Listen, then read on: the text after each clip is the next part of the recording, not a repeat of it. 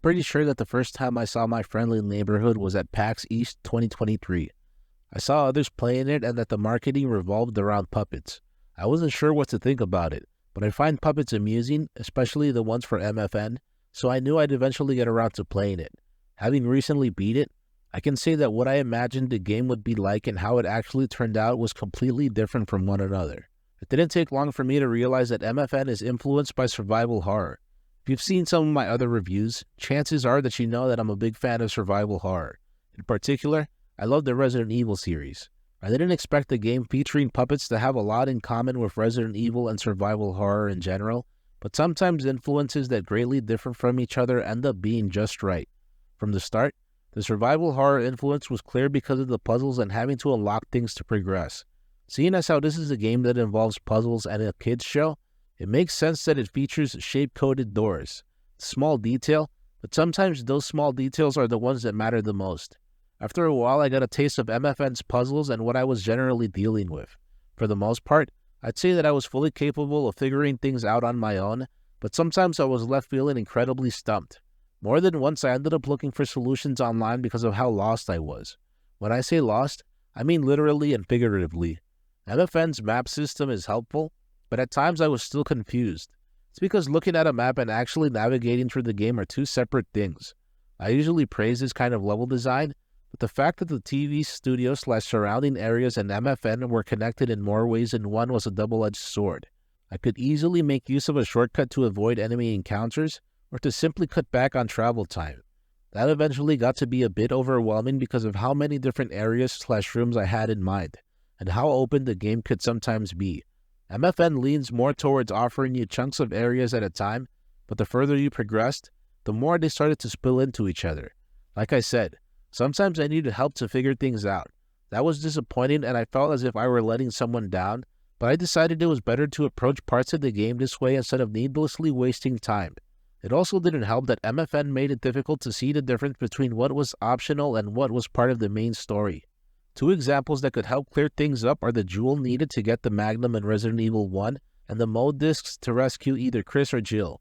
For a newcomer, those items are seen as important because they're part of the game, but to a veteran, it's clear that they're optional. Might be more of a me problem, but I wasn't able to easily figure that out with MFN. If I saw a puzzle, I'd automatically assume that a solution was necessary in order to keep progressing. When I ended up stuck and would seek solutions online was when I realized that they were just optional. At times I struggled with this, but before I felt the need to look things up online, I went out of my way to solve puzzles/obstacles. I'm pretty sure I mentioned this in my Signalis review, but I think it's great when a game forces me to use notes or photos in real life to solve a puzzle. It's not as fourth-wall breaking as, say, Meryl's codec frequency in Metal Gear Solid 1, but if I feel that a puzzle could be solved by actually jotting down notes or taking a photo, I'll do so. I'm sure that some would prefer the extra challenge of having to rely on their memory alone, but the saying, work smarter, not harder, comes to mind. As I previously mentioned, it's clear to me that MFN was influenced by survival horror. I'd even go so far as to say that it's a survival horror game. Besides some of the influence that I've already mentioned, I like the save and heal mechanics. It made it so that resources were scarce, and I'd have to be careful when/if I decided to use them. I can understand why some players would be bothered by having to pay to heal and save, but at the same time, the limited saves have been part of Resident Evil since the beginning, and chances are that this mechanic wasn't introduced by it. With how things are in the modern gaming industry, I could see myself being upset over having to actually pay real money in order to get more saves, but that wasn't the case in MFN. The truth is that I eventually started to have a love/hate relationship with MFN's limited resources, because more than once I ended up in near hopeless situations, whether it was being low on health and having no healing items, or making a great deal of progress and not being able to save.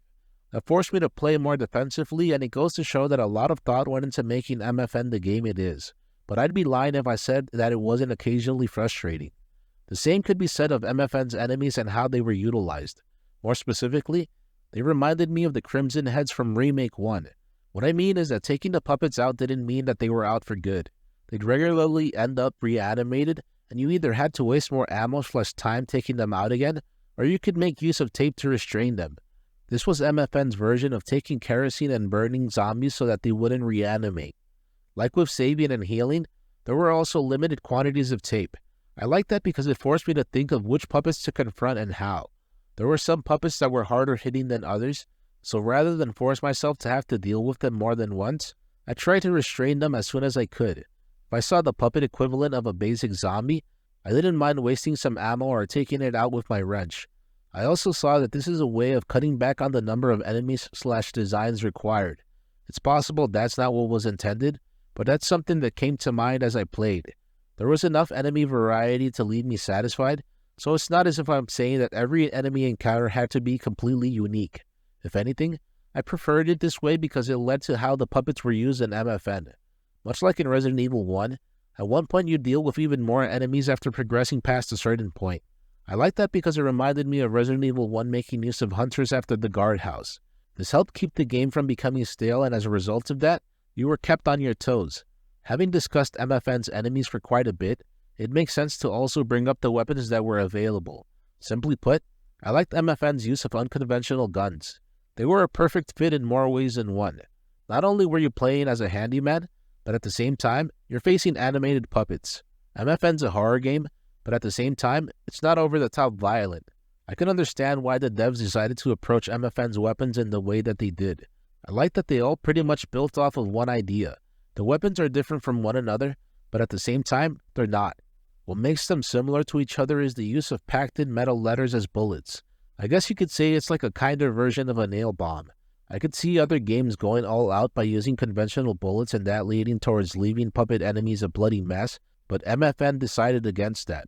For the most part, I'd say I was greatly satisfied with MFN's puppets. I've dedicated as much time as I have towards discussing them because they're more or less the game's calling card. At the same time, I was let down by the final boss. It's because it didn't feel like a final boss. To some that's a good thing, but I expected more because it's clear that MFN's heavily influenced by Resident Evil. What I'm getting at is that the final boss felt anticlimactic. Resident Evil 1 subtly hints at what's to come, so when you first encounter Tyrant, it generally comes off as a big deal in more ways than one. I guess you could say that MFN not having direct build-up towards the final boss is why I was let down by it. It makes sense that the final boss would more or less be a giant mass of puppets, but with how the battle and the immediate aftermath came off, it felt like this part of MFN was an afterthought. I could just be full of it, but when compared to the rest of the game and its use of the puppets, I expected more. The fact that's one of the things that stood out to me as bad speaks to the overall quality of MFN. Much like with Resident Evil 1 and some other survival horror games, I feel that My Friendly Neighborhood is highly replayable. I've only played it once, but from what I saw of it, it's possible to approach subsequent playthroughs in very specific ways. Not only for speedruns, but also for cheats and limiting yourself to just using the wrench, or whatever else comes to mind. The fact that this is possible speaks to the kind of value that My Friendly Neighborhood has to offer. At the end of the day, I like My Friendly Neighborhood. It offered more than I thought it would, and it kept surprising me the more I played. Certain parts of it came off as both good and bad, but I'd say that's because of the player that I am. What's a struggle for me may be a breeze for someone else. It's possible that I would have enjoyed it even more had it offered less than it did, as a way to prevent possible confusion. Like I said, that's more of a me problem than My Friendly Neighborhood's. As with other games, there's more to My Friendly Neighborhood than what's seen at the surface level. I wouldn't go so far as to say that I consider it a modern-day survival horror classic, but it delivers the goods you'd expect in that subgenre of games. So if you're a survival horror junkie as I am, I recommend you give My Friendly Neighborhood a try. Have you played any games that were drastically different from what you expected of them? How do you feel about unconventional enemies? Is there a certain point where you feel it's okay to look up solutions/tips for a game online? If you enjoyed this content, please feel free to like, comment, subscribe, and share. Thank you very much for watching.